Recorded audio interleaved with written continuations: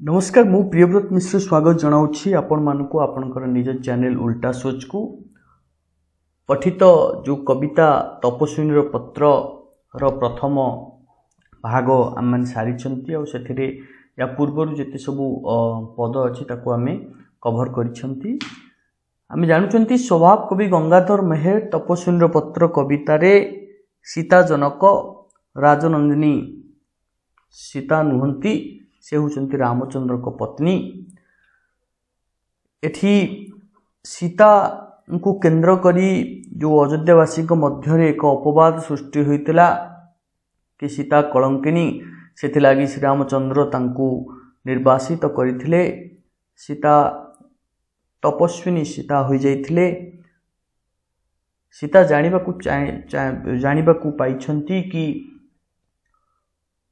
प्रभु रामचंद्र एक अश्वमेध यज्ञ आयोजन करिछंती आ केबे भी यज्ञ एकुटिया पुरुष विवाहित पुरुष एका करि पारे नाही। सेतिपाई धर्मपत्नी का आवश्यकता अछि। तथापि मनरे नारी जेहेतु मनरे क्षोभ अछि किंतु सी प्रभु रामचंद्र को केबे निंदी नाहंती। तांकर जो पत्र लिखुचंती से पत्र रे से कौन करछंती ना सुदूर वनवास रे रही रामचंद्र को एक भिक्षा मागिबा को इच्छा प्रकाश करिछंती। रामचंद्र को से कृपा सागर दयार भंडार बोली कहिछंती। से केबे हेले कोनोसी दुखी रंकी को प्रति कृपण हुंती नाही। आउ से कहउचंती जे आज भी आपण ए दुखिनी सीता को प्रति कृपण हुंतु नाही।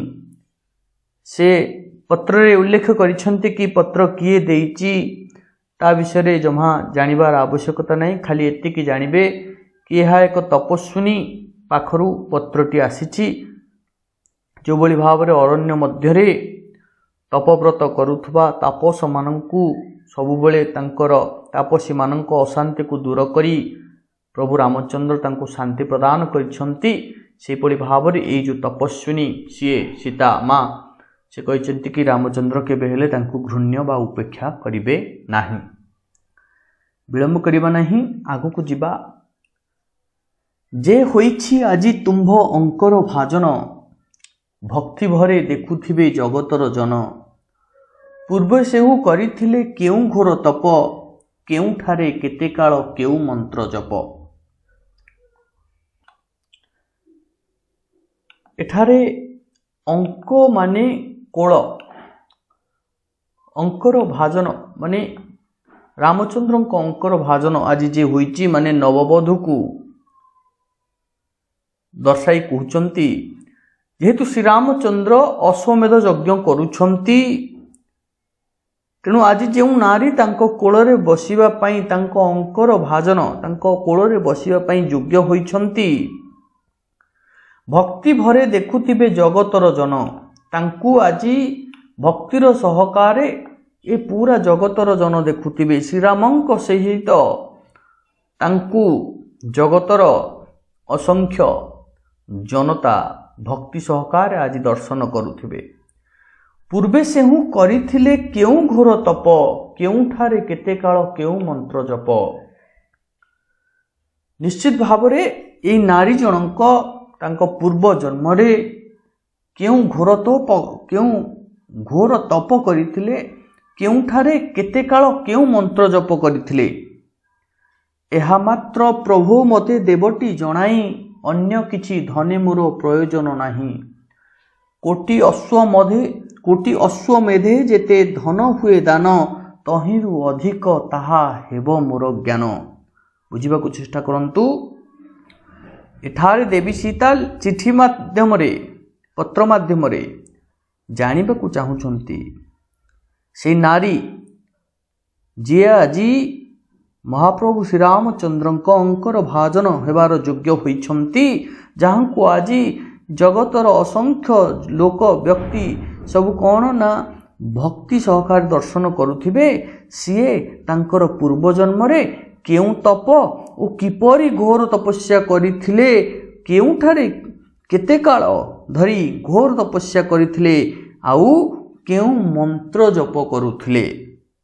तीनटा जिनिस पचारचंती केउठी घोर जप करथिले, केते समय केते काल आउ को मंत्र जपिथिले जे आज से श्री रामचंद्र को तांकर स्वामी हिसाब रे पाइछंती।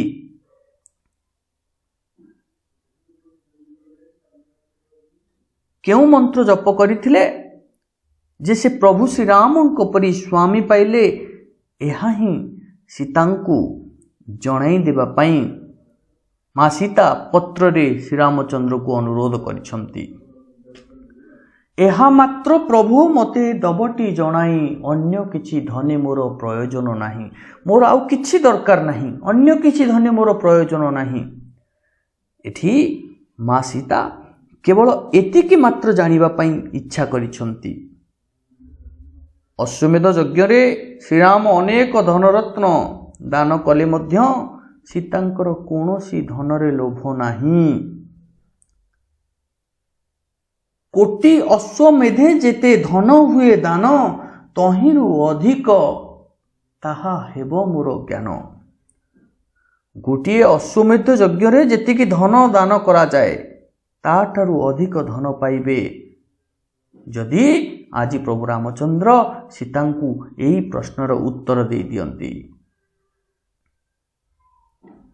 कहउचंती जदि आपण मते यही प्रश्नर उत्तर दे दिबे, बा जदि मु एतिकी ज्ञान पाई जिबी कि जो नारी आज आपणक अंकर भाजन हुई अछि होइछंती, सिए केते तपस्या करछंती, केते केउ घर तप करछंती, केउ ठारे करछंती, केते काल करछंती, कोउ मंत्र जप करछंती। मते जदि एतिकी आपण जणै देबे, मते जदि मोर जदि एतिकी ज्ञान मिलि जिवो, ताहाले कोटि अश्वमेध यज्ञ रे जेतिकी धन दिया जाइथिबो ता ठारो बेसी मोर ज्ञान होई जिबा आगको। आउ एक कथा मात्र अछि अनुरोध, दुखिनीर पुत्र जुग अत्यंत अबोध, नाही तांक पितृकोल आरोहण भाग्य, न जानती जन्म कालु पितृ अनुराग। टिके कठिन शब्द आलोचना करिबा। पुत्र जुग माने पुत्र दुई जन। एठी सीता मांकर बा सीता बा रामचंद्रंकर जो दुई पुत्र कुश आउ लवंक विषय आलोचना करा जायछि।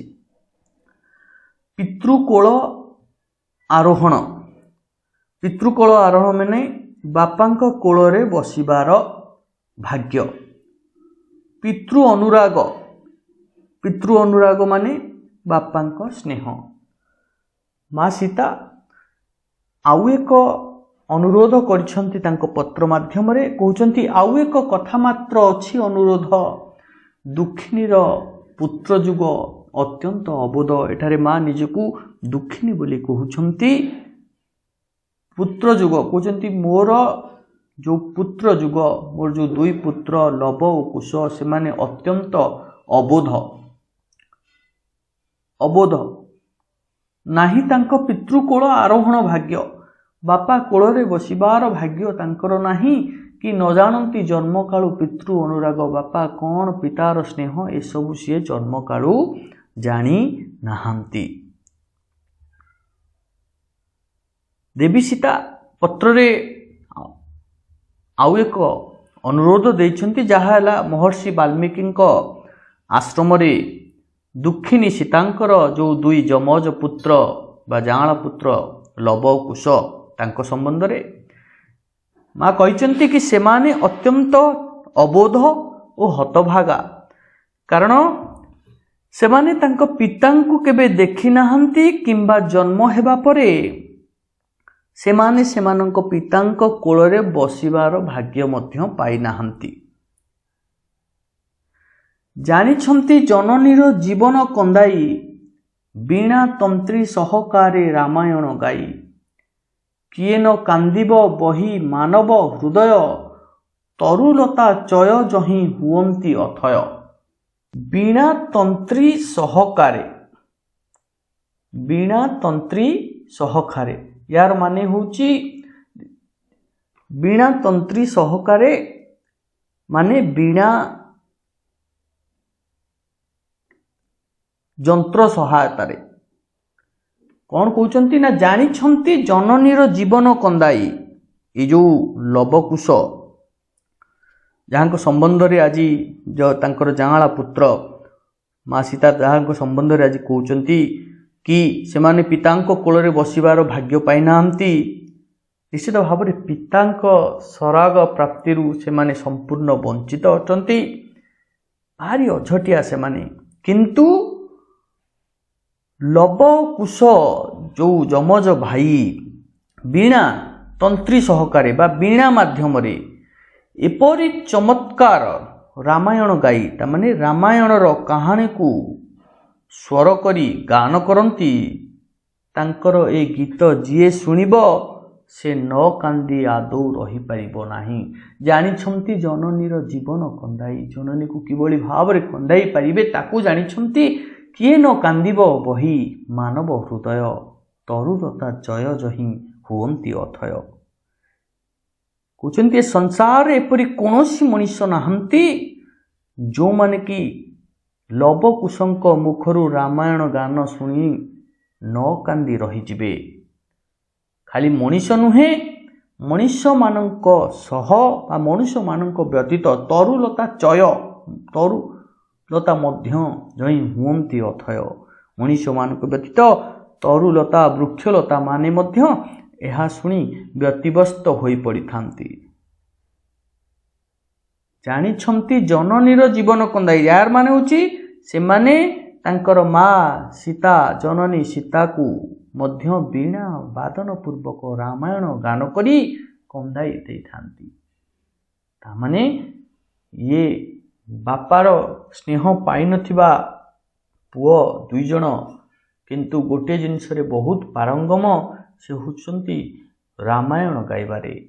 जेतेबेले सी वीणा सहकारे रामायण गाइबे सेतेबेले खाली मनीष नुहे तरुलता मध्य अथय होई जानताई। आगु जिबा तुम्भर चरिते निजे होई विमोहित जाउछंती शिशुदय महर्षि सहित करिबाकु तुम्भ पद पंकज दर्शन मन तांक नेउअछि करि आकर्षण।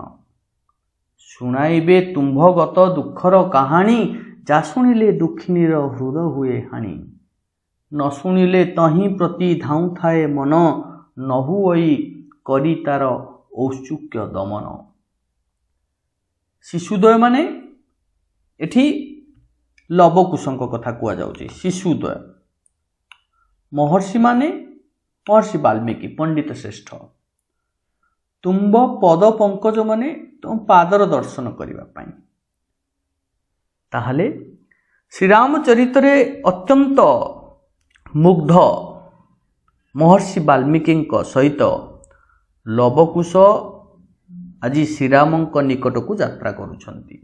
तुम्भर चरिते निजे होई विमोहित जाउछंती शिशुद्वय महर्षि सहित। महर्षि एवं शिशुद्वय माने लवकुश मुग्ध होई श्रीराम चरित्रे आज जाउछंती स्वयं श्रीरामचंद्र को तांको निकट को यात्रा करुछंती तांको दर्शन करिबा पाई। करिबाकु तुम्भ पद पंकज दर्शन मन तांको नेउअछि करि आकर्षण। श्रीराम को देखिबार आकर्षण सेमानंक हृदय रे अत्यंत आज बलवत्तर होई रही अछि। किबळी सेमाने अयोध्या जाई प्रभु श्रीरामंक पादपद्म दर्शन करिवे सेथिपाई सेमाने बहुत व्यतिव्यस्त होई पड़िछंती। शुणाइबे तुम्भ गत दुखर कहानी गत माने विगत अतीत जा शुणिले दुखिनीर हृदय हुए हानि। एठी दुखिनी माने माँ सीता निजको कहउछंती न शुणिले तही प्रति धाऊ थाए मन न हुई करी तार औत्सुक्य दमन। केवल एतिकी नुहे सेमाने श्रीरामंक जो गत अतीत जीवनर जो दुखद कहानी ताकू मध्य रामायण माध्यम रे गाई श्रीराम को शुणाइबे। जा शुणिले दुखिनीर हृदय हुए हानि। जेउ कहानी जेउ वास्तव कहानी शुणिले दुखिनी बा माँ सीतांकर हृदय दुखरे विदीर्ण हो जाई थाए। आ पुणी जदि ताकू न शुणी थांती सीता यहाकू जदि न शुणती तेबे पुत्र मानक मुहरु न शुणिले तही प्रति धाऊ थाए मन। पुत्र मानक मुहरु यह शुणिया मन सर्वदा व्याकुलित हो उठुए। नौ होई करी तार औत्सुक्य दमन। रामायण वास्तव घटना जनित कहानी शुणिबार जो औत्सुक्य जो उत्कंठा को देवी सीता आदौ दमन औत्सुक्य दमन यह केबे सी दमन करि पारि नाहंती ताहाकु अत्यंत आग्रहर सहित सर्वदा श्रवण करिथांती। मांकर मन दुख हुए से कहानी शुणिले, जदि भी से कहानी न शुणती तांको मन औत्सुक्य को से दमन करि पारंती नाही। आगो जावा। धीरबर से कथा खु घेनी तुम्भ श्रुति आणिब यद्यपि दीना वैदेहीर स्मृति। वैदेहीर प्रणय को मणिब स्वपन चाहि नव प्रणयिनी प्रफुल्ल लपन। लेखुथांती पत्र सती हृदय विकले पत्र धौत होउथाए नयनर जले। आउ कि लेखिबी बोली भाबुथिले बसी आसीगले कुशलव मुदे हसी हसी। टिके कठिन शब्द आलोचना करिबा। धीरबर धीरबर धीरबर माने एटी पंडित श्रेष्ठ रामचंद्र अर्थरे। वैदेही वैदेही आपण माने समस्ते जानिथिबे विदेहर राजकन्या जे कि सीता। नव प्रणयिनी माने नव विवाहिता पत्नी। प्रफुल्ल लपन प्रफुल्ल माने खुशी एटी प्रफुल्ल लपन माने सुंदर मुह। लेखुतांती पत्र सती हृदय विकले। अच्छा प्रफुल्ल लपन माने एठी हला आपनकर सुंदर मुह। श्रुति श्रुति श्रुति माने श्रवण। धौत एठी देखंतु धौत धौत माने धोई हेबा। मुदे मुदे माने एठी आनंद रे हसी हसी आनंद रे आलोचना करिबा। धीरबर से कथा को घेनी तुम्भ श्रुति आणिब यद्यपि दीना वैदेहीर स्मृति। वैदेहीर प्रणय को मणिब स्वपन चाहि नव प्रणयिनी प्रफुल्ल लपन। ये जो लवकुश रामायणर वास्तव तथ्य को जेतेबेले कहानी माध्यम रे प्रभु रामचंद्र सम्मुख रे गान कला बेले श्री रामचंद्र ताहाकू धीरबर से कथा को घेनी तुम्भ श्रुति जेतले सुनिला बेले हे धीरबर से कथा को घेनी तुम्भ श्रुति हे प्रभु रामचंद्र ताहाकू चिर दुखिनी सीतांकर स्मृति को मन मध्य आनती तेबे सीता ताहाकू निजर सौभाग्य बोली मने करिवे। कहउचंती हे धीरबर जेतेबेले से कथा को घेनी तुम्भ श्रुति ये लवकुशंक मुहरु जेतेबेले आपण रामायण शुणी पछ कथा को मने पकेई आणिब यद्यपि जदि कचित भूल भी ए दिनहीन वैदेहीर स्मृति जदि आपण को मने पड़े ताहाले वैदेहीर प्रणय को मणिब स्वपन चाहि नव प्रणयिनी प्रफुल्ल लपन। ताहाले ए वैदेही ए सीता ताहाकू निजर सौभाग्य बोली मने करिबो।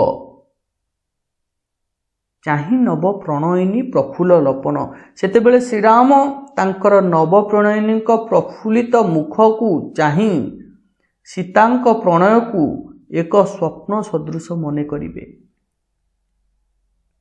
कहउचंती एक कथा जदि सुनी भूल रे भी ये रामायण मो पुओ मुहरु मो पुओ मानक मो जमज पुत्र मानक मुखरु जदि शुणी कि भूल रे भी मोर कथा आपणक मन रे आसे एटा मो पई बहुत बड़ मु निजको धन्य मने करिबी। आउ आपण आपणकर नव प्रणयिनी किंतु आपण श्री रामचंद्र तमे तुमर नव प्रणयिनी प्रफुल्लित मुख को चाहि सीतांक प्रणय को एक स्वप्न सदृश भावे मने करुथबो। शेष पद लेखुथांती पत्र सती हृदय विकले। सती माने मा सीता। पत्र धौत हेउथाए नयनर जले। आखिर लुहरे आज पत्र धौत होउछि धोई ही जाउछि।